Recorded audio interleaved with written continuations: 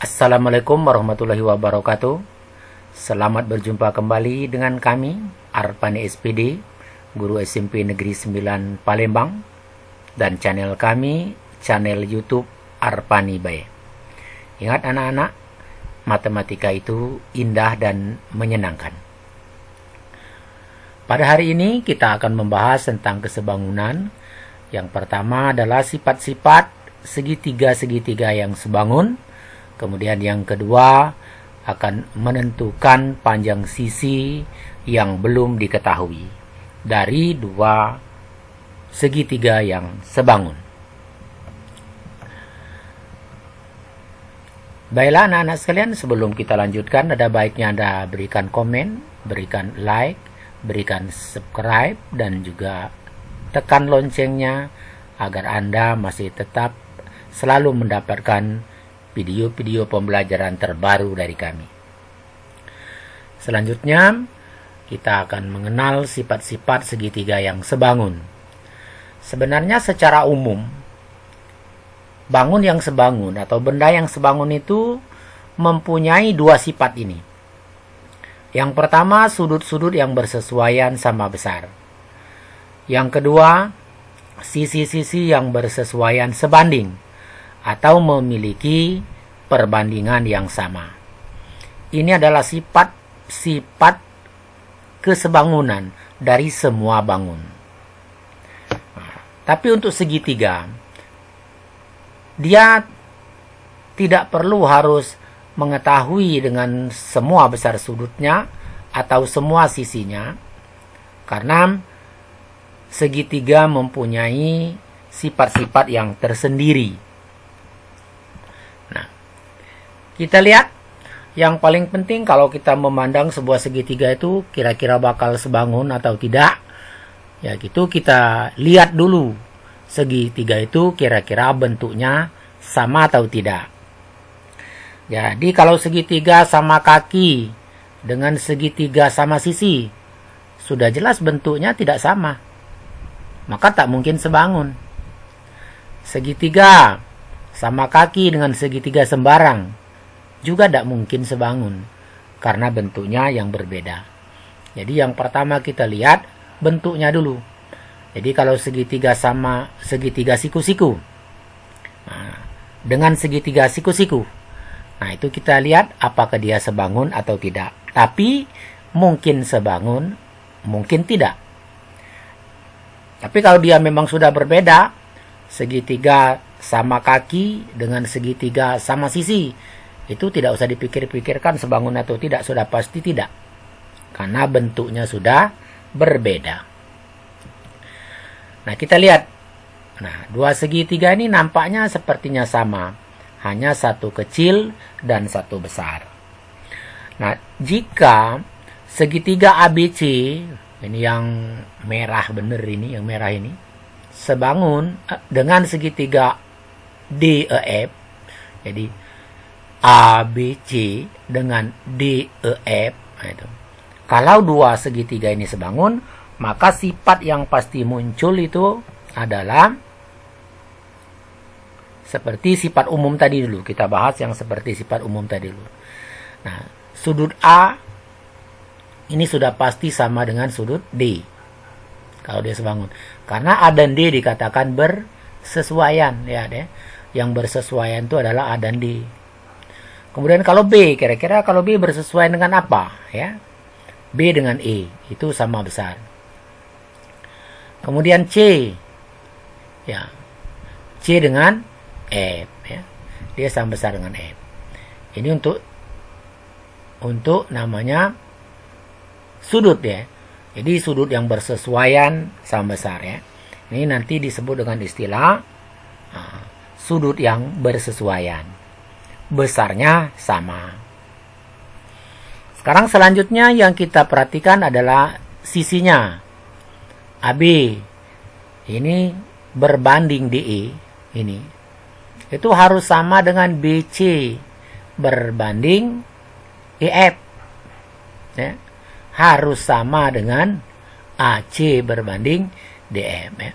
Jadi kalau ini sama, ini disebut sisi yang bersesuaian. Jika perbandingan ini sama, maka dia sebangun.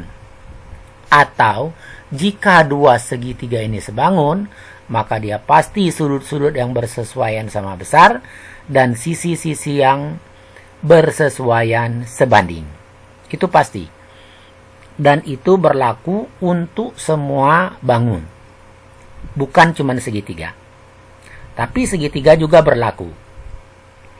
Nah, khusus segitiga ini, dia mempunyai sifat sendiri. Kita perhatikan yang berikutnya. Nah, sifat segitiga yang sebangun adalah jika kalau kita menemui tiga pasang, ini ada tiga pasang, sisinya mempunyai perbandingan yang sama. Nah, jadi disebut orang istilah sifatnya itu adalah sisi, sisi, sisi. Tiga pasang sisi itu yang bersesuaian sebanding, maka dia akan sebangun. Nah, kemudian segitiga itu jika ada dua sisi yang sebanding, satu sudut yang sama besar, maka segitiga ini pasti sebangun. Nah, berikutnya, jika segitiga itu mempunyai dua sudut yang sama besar. Untuk segitiga, jika dua sudutnya sama besar, maka sudut ketiga pasti sama. Karena jumlah sudut pada segitiga 180. Nah, maka kalau sudah ada dua yang sama, yang berikutnya pasti sama. Maka segitiga itu juga akan sebangun. Nah, kita lihat penjelasannya di sini. Yang tiga pasang sisi yang sebanding. Nah, kita amati. Ini ada segitiga ABC. Ini ada segitiga EFD. Nah, AB 5. Misalnya FD 2,5. Kemudian BC-nya 12. Kemudian EF-nya 6. Kemudian AC-nya 13. Kemudian ED-nya 6,5. Kita lihat, kita bandingkan sisi-sisinya. Sisi yang bersesuaian. BC ya. BC berbanding dengan EF. BC-nya itu 12. EF-nya 6. Berarti dia 2 berbanding 1. Ini sisi yang bersesuaian. Kita lihat lagi AB. AB berbanding FD. Kemudian angkanya adalah 5 berbanding 2. 5 berbanding 2,5. Maka dia 2 berbanding 1. Kita lihat yang terakhir adalah AC. AC berbanding ED. Sama dengan 13 berbanding 6,5. Sama dengan 2 berbanding 1. Nah, kita lihat ketiga pasang sisinya memiliki perbandingan yang sama. Maka dua segitiga ini adalah sebangun. Ya. Maka disebut orang teorinya adalah sisi, sisi, sisi. Artinya ketiga sisinya sebanding. Ketiga pasang sisinya sebanding atau memiliki perbandingan yang sama. Nah, selanjutnya kita bahas yang mempunyai dua pasang sisi yang bersesuaian sebanding, kemudian sudut apitnya sama besar. Nah, perhatikan segitiga ABC dan segitiga JKL. AC 5, kemudian LK 7,5, sudut A itu 70, kemudian sudut K juga 70, dan AB 7, sementara JK 7,5. Nah, kita lihat perbandingannya. AC mungkin berbanding dengan KL ya, atau di sini AB dulu ya. AB berbanding dengan JK, maka AB itu adalah 7 berbanding 10,5. Ini kalau kita bagi 3,5, maka 7 bagi 3,5 itu adalah 2. 10 dibagi 3,5 dia adalah 3. 2/3. Kemudian sudut A itu sama dengan sudut K.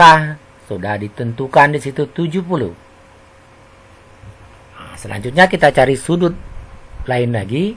AC berbanding KL. Sama dengan 5 berbanding 7,5. Kalau kita bagi dengan 2,5, maka 5 dibagi 2,5 itu 2. 7,5 dibagi 2,5 sama dengan 3. 2/3. Nah, di sini kita lihat dua pasang sisi ini perbandingannya sama dan sudut yang bersesuaian ini sama. Maka dia di sini sisi, sudut, sisi. Sesuai dengan ini. Maka yang ini sisi, ini sudut disebut SD biasanya, yang ini juga sisi. Sisi, sudut, sisi. Nah, maka jika memenuhi sifat sisi, sudut, sisi seperti ini, maka segitiga ini pasti sebangun. Nah, bagaimana anak-anak, kan mudah ini memahaminya ya. Ada dua sisi, kemudian ada satu sudut yang besar, yang sama besar, maka dua segitiga ini pasti sebangun. Tapi kami ingatkan ini tetap berlaku hanya untuk segitiga. Nah, yang terakhir, mempunyai dua pasang sudut yang sama besar. Biasanya disebut sudut-sudut saja. Nah, kita lihat. Segitiga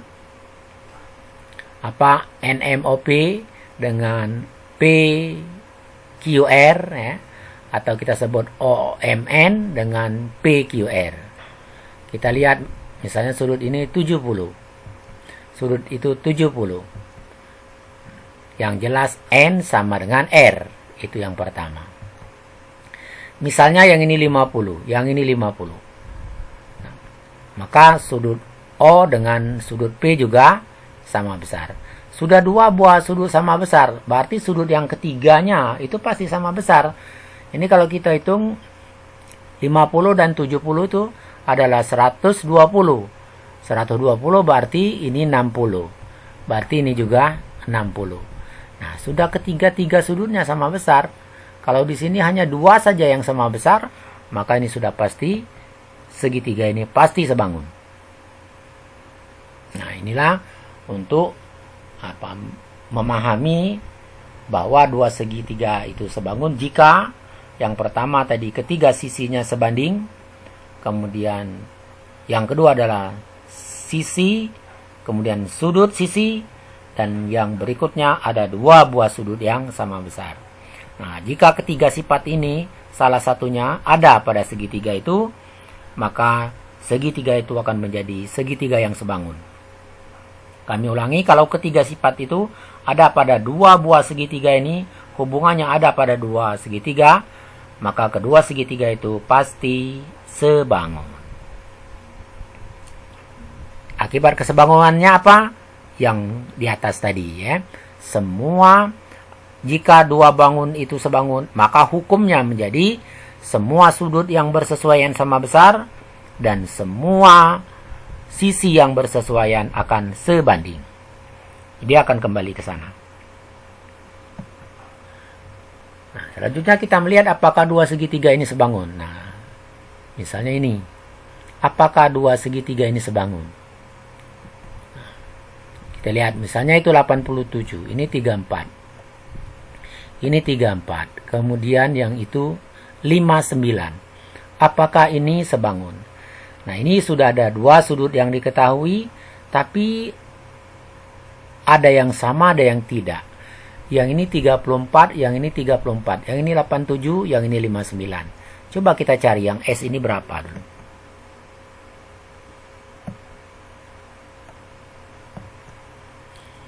Nah, yang jelas di sini T sama dengan E, 34. Nah, kemudian S ini adalah 180 dikurang 34 ditambah 87. Berapa S-nya? 59. Ternyata S-nya 59. Z 59. Wah, berarti berdasarkan hukum yang di atas tadi, teori yang terakhir tadi, bahwa jika sudah ada dua sudut saja yang sama besar, maka segitiga ini pasti sebangun. Yang itu 59 sama dengan yang S sama dengan Z 59. Ya. Maka karena S sama dengan Z dan T sama dengan X, ya, maka segitiga TSU ini sebangun dengan X, Y, Z. Alasannya kenapa? Karena sudah ada dua sudut yang sama besar. Ya. Nah, ingat ini tadi belum diketahui ya, 59 dicari dulu. Nah, karena tadi yang tahu 34, yang ini 87. Nah, yang ini berapa? Tidak tahu. Nah, kemudian S ini berapa? Nah, ternyata S ini dihitung-hitung 59. Berarti sama dengan Z 59. Berarti Y sama dengan U 87. Nah, buktikan bahwa ABC dan DEC sebangun. Nah, kita lihat ini. Sebangun atau tidak. Kita lihat, kita buktikan seperti ini. Nah, kita ambil dulu. Sudut ACB, ini sudut ACB. Sama dengan sudut DCE. Alasannya kedua sudut ini bertolak belakang. Hukumnya mungkin di kelas 8 kita sudah belajar kalau dua buah sudut yang bertolak belakang, pastilah sudut itu sama besar. Itu yang kita temukan pertama.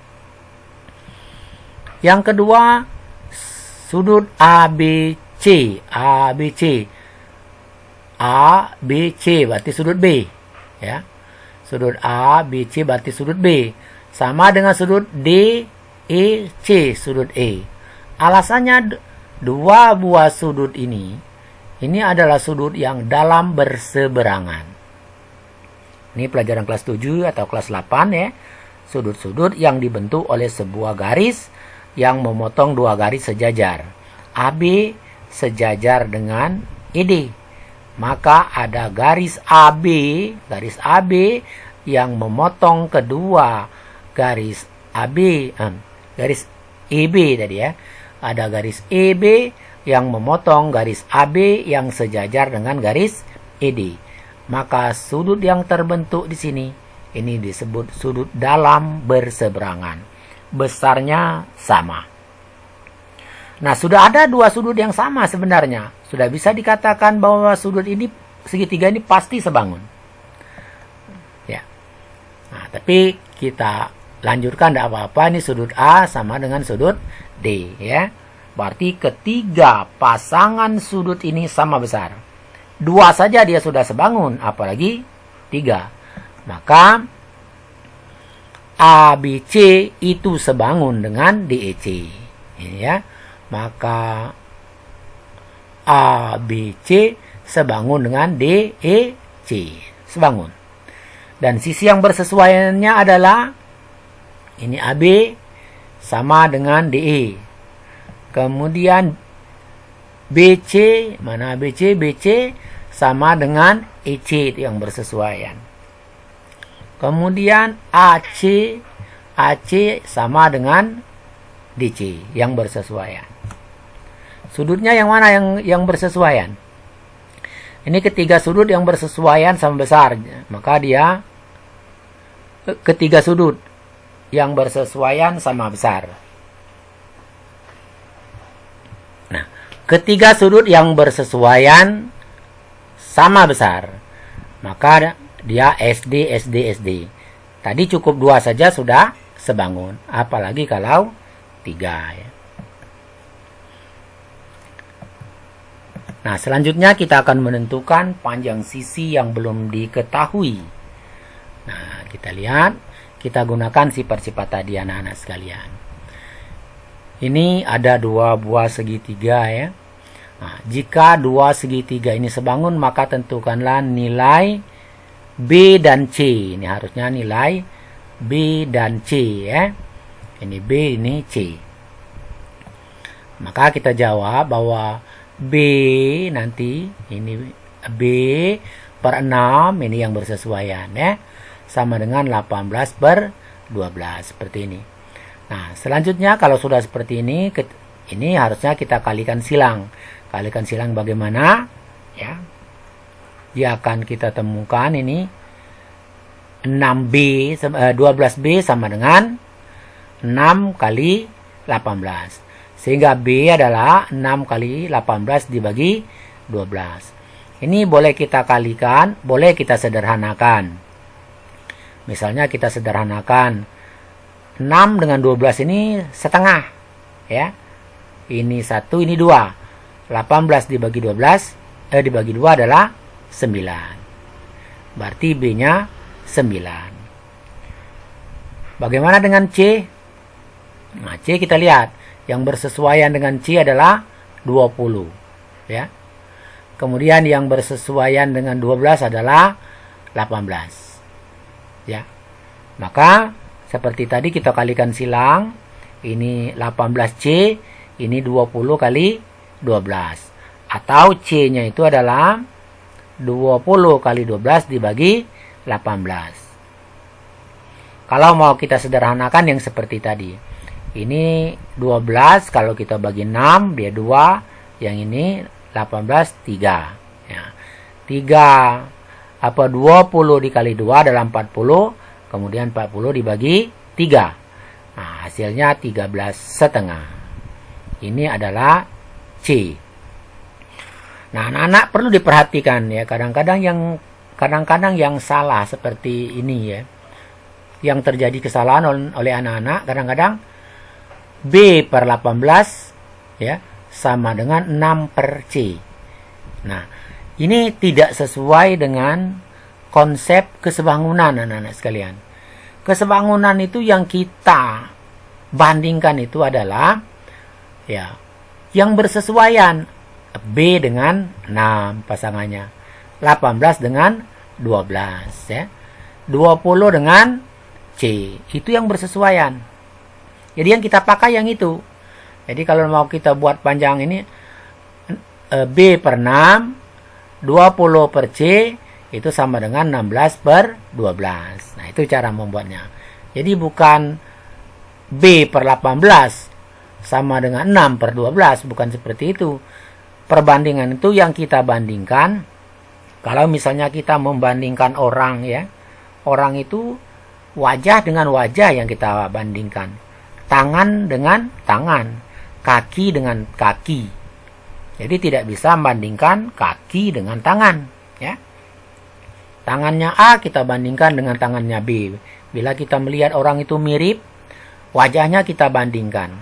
Ternyata perbedaannya ada tahi lalatnya misalnya.